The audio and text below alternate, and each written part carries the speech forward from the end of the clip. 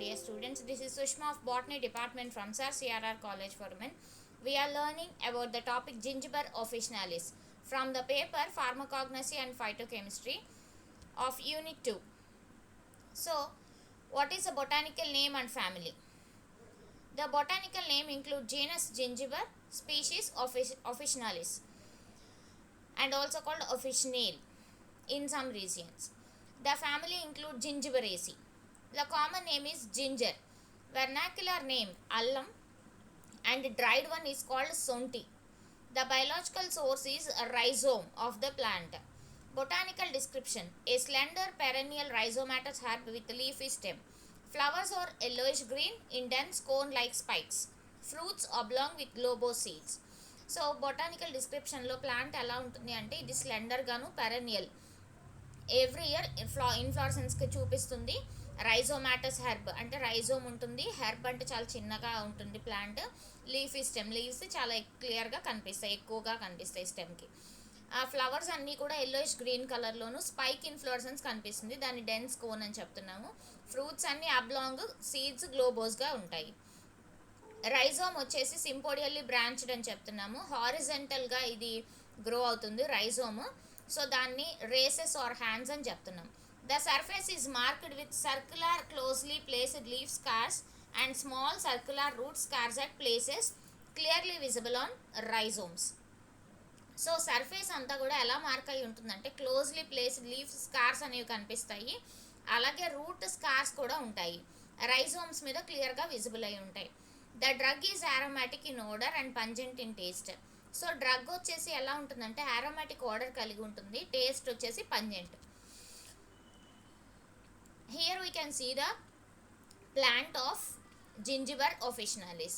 So దీని యొక్క rhizome మనం చూస్తే కనుక దీన్ని రైజోమ్ అని చెప్తున్నాము, క్లియర్గా మనకి ఇక్కడ కనిపిస్తుంది. So this is fresh one and this is dried one. The rhizome having cork, TS of rhizome చూస్తున్నాము. టీఎస్ చూస్తే ట్రాన్స్ఫర్ సెక్షన్లో cork is the outer most layer, దాంట్లో ఇర్రెగ్యులర్ పారెన్కైమటా సెల్స్ ఉంటాయి, అవన్నీ డార్క్ బ్రౌన్ కలర్లో కనిపిస్తాయి. ఇన్నర్ కార్క్ వచ్చేసి few layers కనిపిస్తాయి, అది కలర్లెస్గా ఉంటుంది. పారెన్కైమటా సెల్స్ అన్ని రేడియల్ రోస్లో అరేంజ్ అయి ఉంటాయి. కానీ కార్క్ ఒక స్పీషీస్లో మాత్రం అబ్సెంట్, అది జామియాకా జింజర్ అంటాము. So ఫెల్లోజెన్ is indistinct and the cortex consist of thin wall rounded పారెన్కైమా.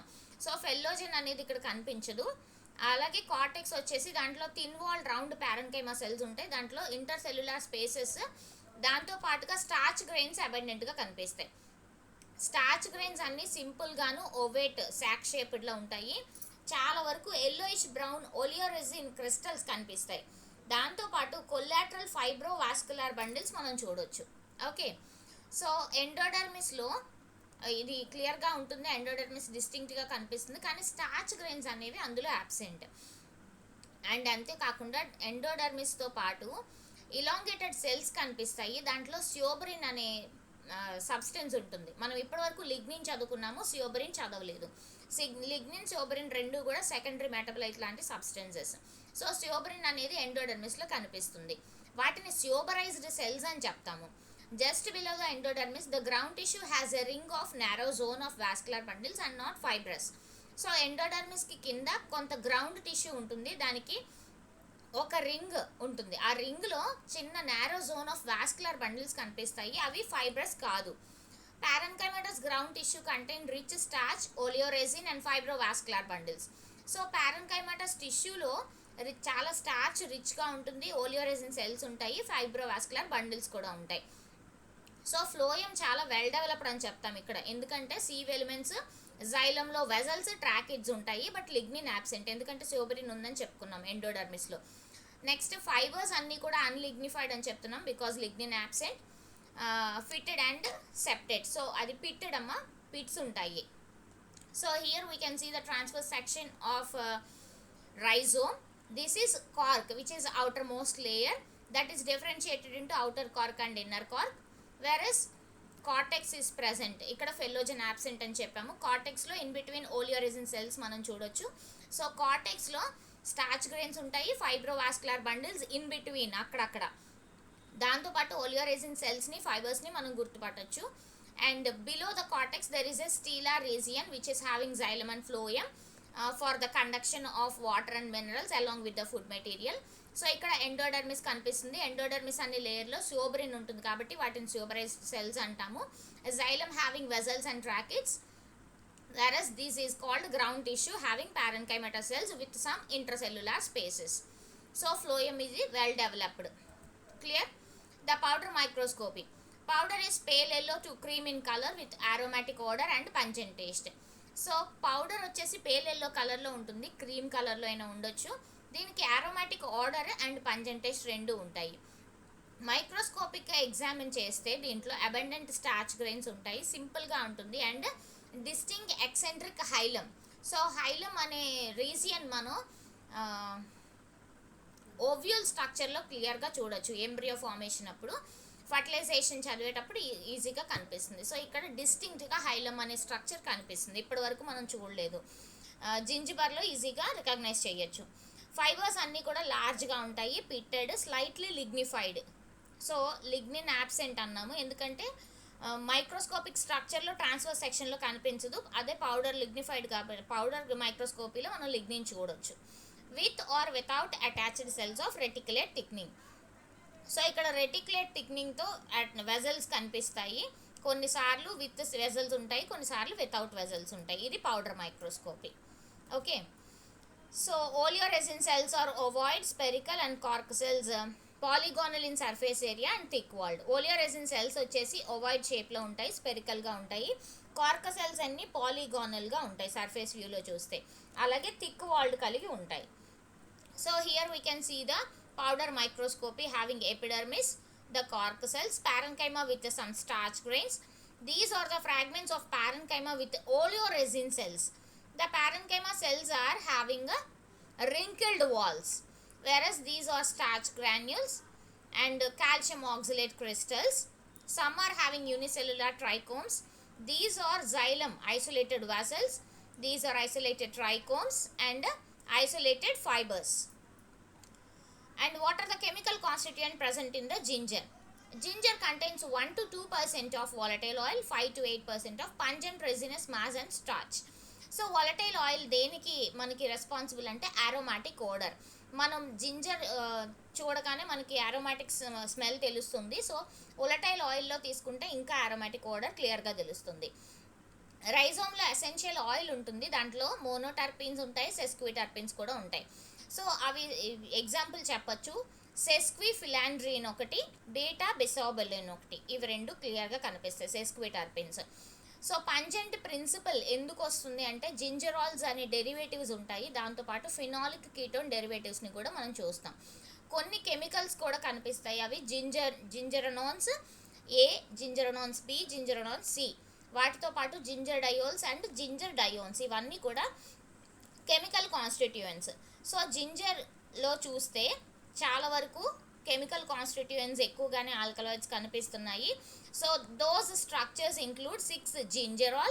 This is called shagol. This is used for cooking because of the pungent constituent. Gingeron, this is the pungent constituent of ginger which is produced during the drying or cooking.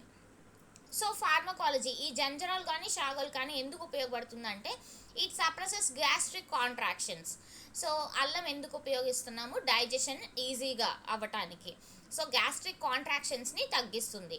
Also both fresh and dried rhizome suppress gastric secretions and reduce vomiting. So reduce చేసేది ఏమేంటి, gastric సెక్రిషన్స్ని అలాగే వామిటింగ్ని కూడా. అలాగే ఫ్రెష్వి dried rhizomes రెండు use చేస్తున్నాం మనం, గుర్తుపెట్టుకోవాలి. షాగోల్స్ జింజరాల్స్కి రెండింటికి కూడా కార్డియోటానిక్ ఎఫెక్ట్ ఉంటుంది, హార్ట్ మీద ఇది వర్క్ చేస్తుంది. సో కార్డియోటానిక్ ఎఫెక్ట్ ఉంది కాబట్టి హార్ట్ ప్రాబ్లమ్స్ ఉన్న వాళ్ళు రెగ్యులర్గా దాన్ని తీసుకుంటూ ఉండాలి. Anti migraine effect is due to ginger's ability to decrease platelets aggregation.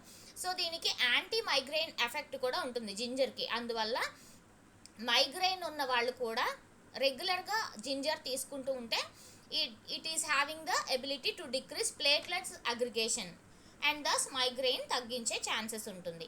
Ginger is used as antiemetic, spasmolytic, aromatic, stimulant, carminative, condiment and flavouring agent. So flavouring agent మనకు తెలిసిందే, అల్లం వేస్తే ఎంత ఫ్లవర్స్ వస్తున్నాయో అండ్ యాంటీ ఎమిటిక్ అంటే vomiting sensation తగ్గిస్తుంది. Spasmolytic అంటే stomach pain which releases spasm అంటాము. ఆరోమాటిక్ స్టిమ్యులెంట్, సో మనకి ఆ ఆరోమా చూస్తే ఎంత స్టిమ్యులేట్ అవుతుందో యాక్టివ్గా ఉంటుందో మనకు తెలుసు. So and carminative which improves digestion. Condiment, so condiment and స్పైసెస్లో కూడా మనం వీటిని యూస్ చేస్తున్నాము various purposes of cooking. So ginger also used in mouth washes, beverages and liquors. So mouth వాషెస్లో కూడా దీన్ని యూస్ చేస్తాము. అండ్ కొన్ని జింజర్ బెవరేజెస్ కూడా ఉంటాయి. మనకి కాఫీ టీ బెవరేజెస్ ఎలా చెప్తున్నాం, జింజర్ టీ ఉంటుంది కదా, సో అలాంటి బెవరేజెస్లో కూడా యూస్ చేస్తున్నాం. నెక్స్ట్ అడల్ట్రెంట్స్. సో అడల్ట్రెంట్స్ ఏంటంటే ginger may be adulterated by addition of wormy drug or spent ginger which has been exhausted in the extraction of resins and volatile oils. So ginger అన్ని టైమ్స్లో దొరకకపోయినా దొరికినప్పుడు మనం dry చేసి వాటిని మళ్ళీ use చేసుకుంటున్నాం కాబట్టి వాటిని అలాగే అడల్టరేట్ చేసి యూస్ చేయొచ్చు. బికాస్ ఎందుకంటే రెజిన్స్ వాలటైల్ ఆయిల్స్ దాంట్లో ఉంటున్నాయి కాబట్టి. Sometimes pungency of exhausted ginger is increased by the addition of capsicum. So దీని యొక్క పంజెన్సీ ఎప్పుడైనా పెంచాలనుకుంటే కనుక క్యాప్సికమ్ని యాడ్ చేయొచ్చు అది ఎగ్జాస్టెడ్ జింజర్కి. So this is the inflorescence of a ginger and the plant of Gingiber officinalis, various inflorescence having a here dense cone of spikes antunnam kada. So here is a ginger, we can recognize easily. What are the marketed products here? So it is one of the ingredients in the preparations known as stepsils. So ఎందుకని ప్రిపరేషన్స్లో use చేస్తున్నామంటే ఇది చాలా వరకు మెడికమెంట్ల uses ఉన్నాయి, pharmacology ఉన్నాయి. సో మనం తెలుసుకున్నాము. రెండు ప్రోడక్ట్స్ ఉన్నాయి. స్టెప్సిల్స్ అనే ప్రోడక్ట్ వచ్చేసి బూట్స్ పెరామెల్ హెల్త్ కేర్ వాళ్ళది, సేజ్ మసాజ్ ఆయిల్ ఒక్కటి మాత్రం సేజ్ హెర్బల్స్ వాళ్ళది. So these are the marketed products of the Zingiber officinalis. So up to now we learn about the botanical description, the rhizome microscopy and the powder microscopy along with chemical constituents, and what is the use of Gingiber officinalis, what is having chemical constituents and pharmacological action of it, what is the adulterant along with, and the marketed products of them. Okay, this is the Gingiber officinalis all of you. Thank you. We will meet in the next video.